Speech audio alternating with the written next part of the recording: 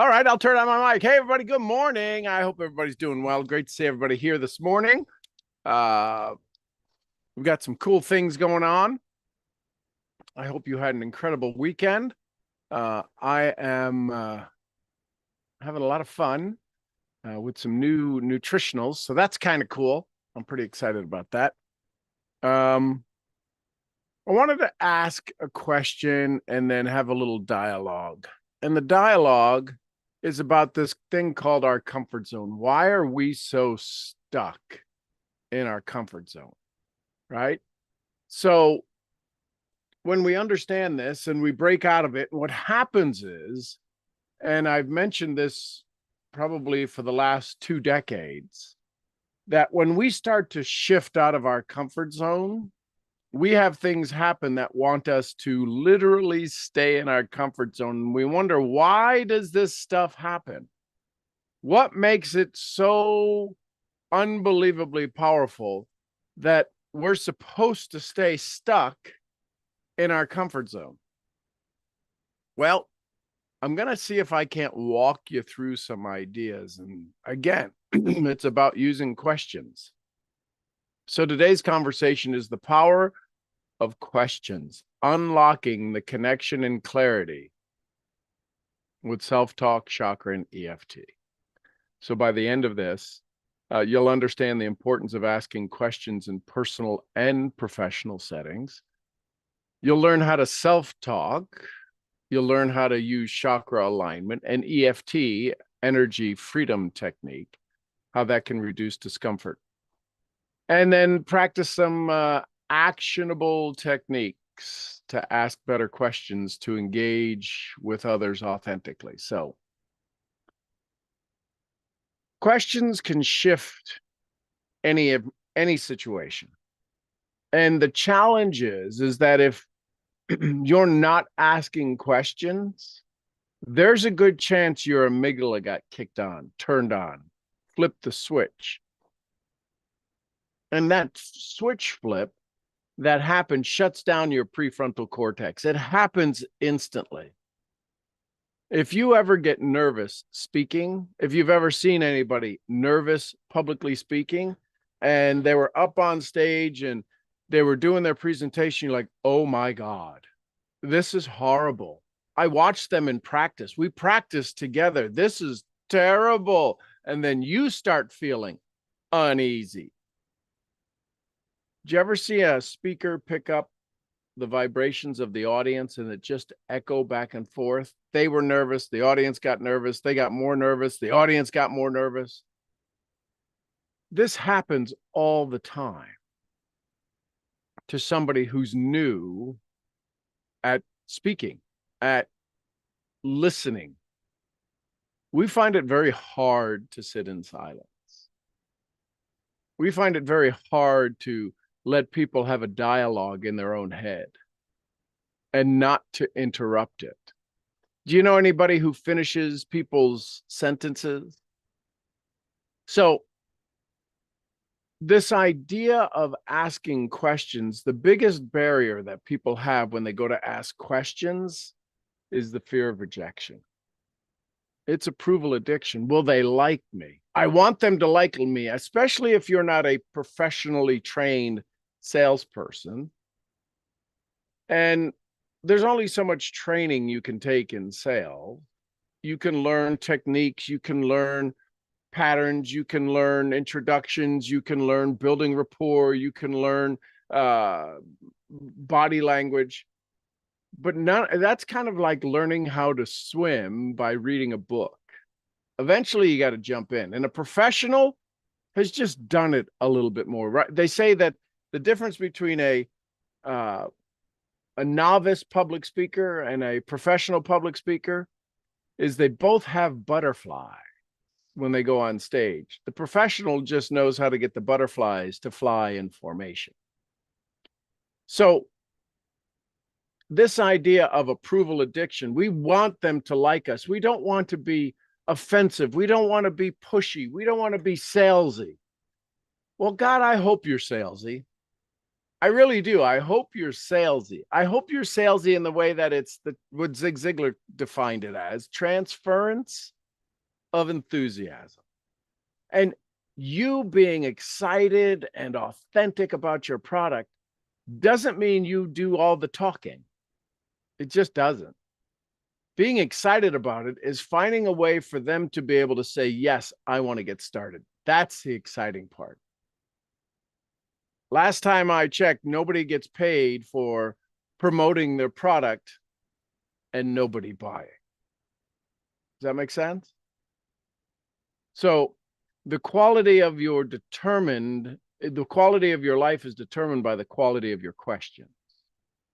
If you're struggling right now, it might serve you to be able to ask yourself better questions. Why are you stuck in this pattern? What keeps me stuck here? What is the benefit I get for being in this place? How do I feel in this current state?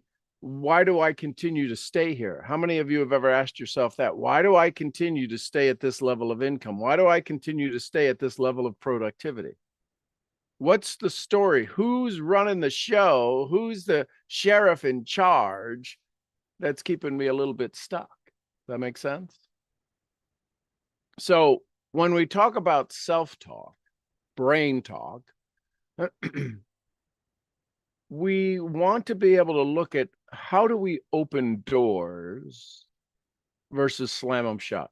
Ugh, why am I so stupid? That's not a good question, is it? If you want to open the doors. Why does this always happen to me? Not probably a good question if you want to expand your capabilities and possibility. Have you ever sat down and asked yourself, what questions do I ask myself that this is the answer for? What? Say that again. Your current lifestyle, life choices are the answers to questions you have asked. Let that settle in for just a second.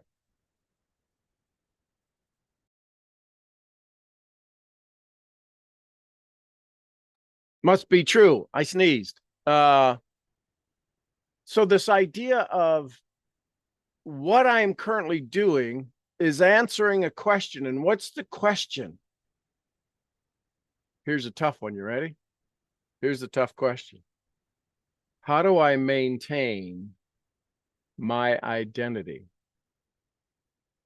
I'm working with a mastermind group. There's about a dozen people who are part of it.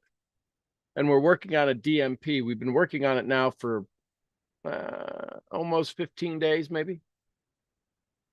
Well, in the DMP, like an affirmation, you just write it out. Yeah, it don't work that way, Skippy. It just doesn't. This takes identity transformation. To focus on one thing for a year, most people think, well, I want to do more things. Then it's not the main thing. Then we upgrade it. We say, okay, let's go find the thing that if you do all that, Kyle Wilson says, find the one domino that knocks down all the rest of the dominoes. So if you've ever seen that insurance commercial where they have this tiny little domino and it goes tick, and it knocks over one probably twice its size, tick, to where it knocks over one 1,200 pound, all in, say, 9 dominoes. If you're struggling, worrying about what all the other things are you have to do besides your DMP, you don't have the domino that's going to knock down all the other dominoes. Does that make sense? So questions open doors to understanding. Asking shows strength, not weakness. So here's the self-talk. You should say, I deserve clarity. And so does the person I'm speaking to.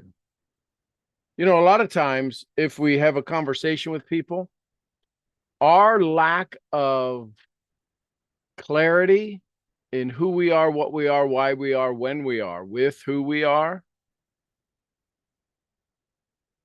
is a big reason for people not to say yes to us. How many times have you had a conversation with somebody and they just seemed all over the map? And then there's people who were all over the map and you're like, man, I just want to be with them. I want to be a part of them. It's all about their absolute clarity of vision, their understanding of who they are, what they are, when they are, and how they are. And you like that. We like to be around leaders. We like to be around people who are willing to direct us, guide us, move forward, walk in front of us. So I'd ask you this. Write down right now, if you've got some pen and paper, you're not driving, what's a limiting belief that you currently have? What's just one limiting belief that pops up? Doesn't have to be the biggest one, doesn't have to be the littlest one, just one limiting belief that you have. Write it down.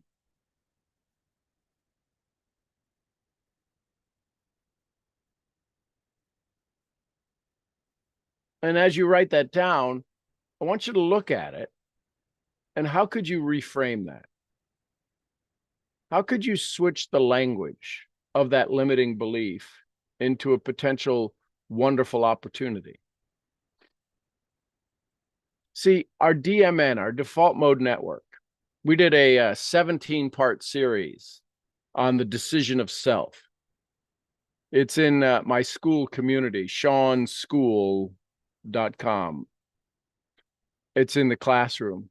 And in Decision of Self, we talked a lot about the DMN, the default mode network of the brain. And when you understand how the default mode network works and what it does for you, what it does to you, what it keeps you from doing, it's when you're not engaged in active dialogue, when you're not engaged in active process. Now, let me explain to you. Let me give you an example. If you've ever driven home and pulled in the driveway and went, oh my God, I don't remember driving home. You were in your default mode network. As busy and active and dangerous as it could be driving home, you disengaged and your default mode network took over. You started to daydream right while you're driving. My point is that unless, or Jim Rohn's favorite word, until we take the time to really look at what is keeping us stuck.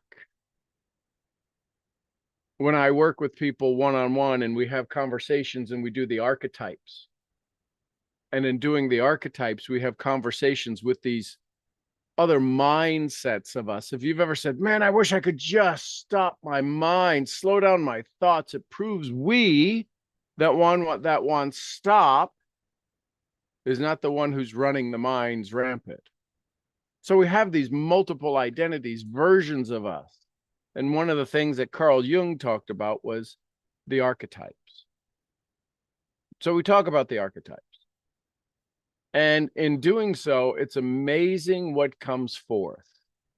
When you shift out of the identity of who you are, and you can begin to see yourself or ask questions to yourself that are non-threatening, that are demanding the answers. How many times does somebody ask you something?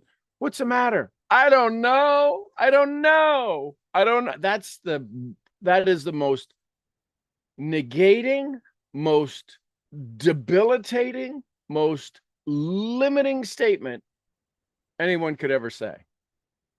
Because the I that does not know is the same I that wants to become rich, is the same I that writes the goal saying, I will be this body weight.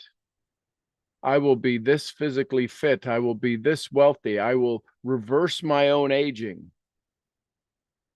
as Deepak Chopra says you can do, through dialogue. The I that wants the dream is also the same I that says, I don't know. So I encourage my students to say, I'm curious to examine that solution. I'm curious to find that solution. I'm curious to see what the universe has for me. And that shifts the energy around the dialogue. So one of the things about questions is aligning our own authenticity. The reason most people have challenge with questions, asking themselves, why am I still fat? Don't say overweight or big boned. If you believe that you need to lose weight, you're fat. Say it. The reason that sometimes we fall short of the things that we need to do is because we dilute it. It's called delusional thinking. If you need to lose 20 pounds, you're fat. Well, that's not nice. How's the nice been working for you? If you're poor, say you're poor. Well, I'm not really poor. Can you do what you want when you want with who you want for as long as you want? I'm poor. I'm poor. I'm getting richer by the day. I know where my poverty line is. I haven't crossed it yet. I keep expanding and the line keeps moving out. I'm okay with that. But I'm not here saying I'm okay. I'm doing okay. No, I'm not okay. I'm mad as hell. And I'm going to focus on the things that bring me value, bring me service, and allow me to take care of my family better. This isn't a popularity contest. I didn't ask you to like it. I'm just telling you where I'm at. It's kind of like if somebody was asking you for directions and you said, well, I'm over here at such and such. I'm like, what the hell are you doing over there? Why are you over there? I don't know. I'm lost. How do I get out of here? I don't even know how I got here. Did you ever say that while you were driving and you're so lost and GPS isn't picking up a signal and you're trying to figure out where the Sam Haiti heck you're at and you're trying to figure out east, west, north, and south? Okay, I need to go north. I don't even know what street I'm on. I'm just going to go north. Some of you are there right now in your personal development. So how do we get to our authentic self? It's your throat chakra. It's the words that you use. And when you have imbalance, your throat gets dry, your voice cracks. My voice cracks all the time. There's times where I am stepping out into the unknown for me, and my voice will crack. I'll sound like a 12-year-old boy. It's me stepping into the unknown. And I'm an auditory person. So when I speak, if I hear myself falter in speech, that's an old story going, you're not good enough. Can't even put a sentence together without cracking. Now, I may have put 72 hours together prior to that, but that's the story I hear in my head. My response to that is, well, isn't that fascinating? Listen to that. I must be doing something new, expanding my capability and capacity. Do I know it? I never do. I never kind of present myself as the expert. I hope I don't. Oh, there's some things that I've been through hell and back a dozen times. I kind of got a handle on that. That we'll have a straightforward conversation. The rest, listen, my goal is to help you figure it out. So chakra alignment, visualizing that if you close your eyes and breathe deeply, imagine a blue light. That's the throat chakra color, the blue light. Imagine a blue light radiating from your throat. Don't pick a color. The throat chakra is blue. So when you visualize this light expanding and reaching others with each breath, clearing away fear and opening them and opening yourself to authenticity. How many times have you ever had a conversation with somebody and you knew they weren't giving you the full scoop? They were holding back. They were telling their best truth. Some people might say lying. But at the moment they were using their words to avoid conflict with themselves. Does that make sense? So you may say some things, I express myself freely. My voice is valuable. Y'all might just say that real quick. Just say that to yourself. I mean, say it out loud, but just say it. My voice is valuable. Say it again. My voice is valuable. My voice is valuable. Say it till you feel something in your body, either an acceptance or a resistance. More often than not, it'll be a resistance. And you won't probably feel it in your throat. You'll feel it somewhere else in your body. My voice is valuable.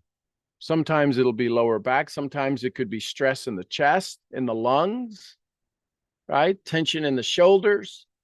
But it'll activate an energy center inside of you that you might want to ask, isn't that fascinating? What's causing that? And then begin your sleuth work, your PI work, professional investigation, personal investigation, private investigation. Another one you might say is, I ask with clarity and confidence. So how do you integrate these questions into alignment?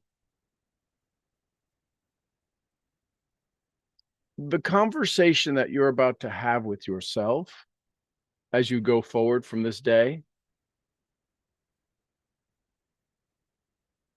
is one of clarity. And for those of you working with your DMP, your definite major purpose, or another name Hill called it was definite chief aim, is this idea of allowing the transformation. When you begin the action steps that you've set forth, that you've requested the universe give to you, because here's the thing, if you have a goal that's bigger than you, you're going to have to grow bigger than you, which means you will have to accept, understand, learn, adapt, adopt new ways of doing things. And you can't do new ways of doing things till you feel a new way about doing new things. And you can't feel a new way about doing new things till you start thinking new things. Thinking drives your emotions. Emotions drive your actions, and your actions produce your results.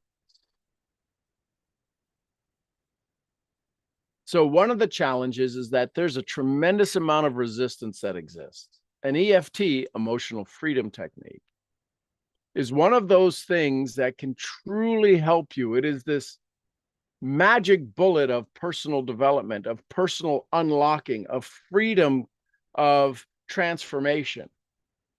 And yet tremendous amount of people know about EFT, it's called tapping, and yet refuse to do it. What do you mean? Oh, I don't refuse to do it. Do you know about it? Yeah. Then why aren't you? Well, I don't really know about it. That's different. Hearing about something and knowing about something, see how the body will say, well, yeah, I know about that. But then you don't do it. So you must not know about it. So we're lying to ourselves on a regular basis with many things. So EFT, one of the greatest spots you can learn is this karate chop. It's right here, the fat part of the hand. And just with 2 fingers, slightly tap. It's not hard. You're not trying to karate chop your fingers. You're just saying, even though I'm nervous to ask, I deeply and completely accept myself. Even if you ask that right now, if you just breathe and right now and you just close your eyes and you said, even though I'm nervous to ask, I deeply and completely accept myself. Even though I'm nervous to ask, I deeply and completely accept myself. Just shake your hands out. And what you'll find is that over the course of the next couple of minutes, your body is going to shift its energy. See, these are pressure points here, the eyebrow, the outside of the eye, under the nose, under the chin, collarbone, side, top of the head. These are the basic tapping points. And you can come up with tapping and sayings and self-talk statements for each and every one of those. A lot of times, it's better if we have a recipe so that we're not arguing with ourselves about the words we choose. It's why self-talk doesn't typically work. Hang on. It doesn't work if you're the one creating and doing. Here's why. If you create it, you have also the mind that says, I'm not successful. You also have the mind that says, yeah, really? You came up with this. Why do you think this is going to be different? All happening at a subconscious level. The challenge with self-talk is that the same self that's saying, yes, I can do it, if it lacks the slightest of intention, it gets swallowed up. It gets gobbled up. It gets devoured by the previous self-talk. So it's a touchy subject. It's a challenging thing. Self-talk is very good. The challenge is most people won't stay in it long enough. They won't stay in it long enough. They'll try to do too much, and they'll activate parts of the subconscious and the amygdala, and it just, after 6-7 days, they stop doing it. I've been a self-talk instructor for almost 20 years. They just stopped doing it. And I got tired of forcing them to, making them, wanting it for them more than they wanted it for themselves. Which is why I created other programs called the Nest program, the Brain Talk program, so that you can truly free yourself through self-talk, through brain talk. So there's your conversation for this morning. And so the wrap up is, I invite you to share your insights to what you learned for yourself today. What came from today? Hey, Debbie, good morning. What came from this conversation? Where did you feel some resistance for you? Write it down. Write it down. I encourage you to journal some questions you could use to take your internal dialogue to the next level. And what, Dub? And the question is, do you understand the bridge between uncertainty and clarity? Because the more you ask, the more connected you become. So for those of you that would like to learn more about the Nest program or self-talk scripts, I'm doing a call for community tonight at 8 o'clock. That's a group of 9 wildly powerful women who have created this little community for themselves.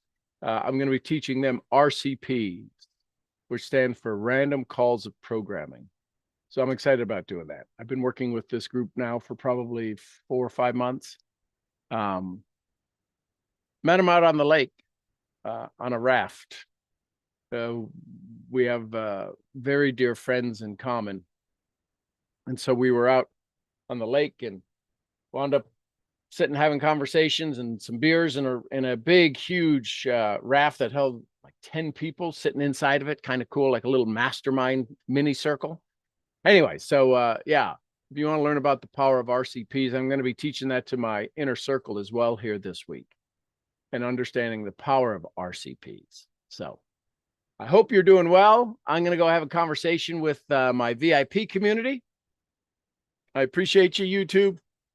Have an incredible day. You can learn more about me at Sean School, SeanSkool.com. And there's a couple, probably 20, 30 hours of content in there. That's all no fee to you. You can join my email list. Go to SeanGMurphy.com and email will pop up there and you can sign up there for some pretty powerful promotions. And for those of you that would like to come out to the ranch, April 3rd through the 6th, I have a live event. I'm getting a lot of inquiries on it, so make sure you make your reservations quick.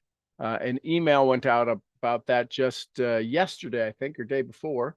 So you can learn more about that, get signed up to the email, and I'll be sending out another update on that probably tomorrow. So if you want to learn about that, get on my email list, SeanGMurphy.com. All right, everybody, I appreciate you. Have a great day. I'm going to go have a conversation with my inner circle. I'm your head brain training, brain scrambling misfit. I'll see y'all where? At the next event.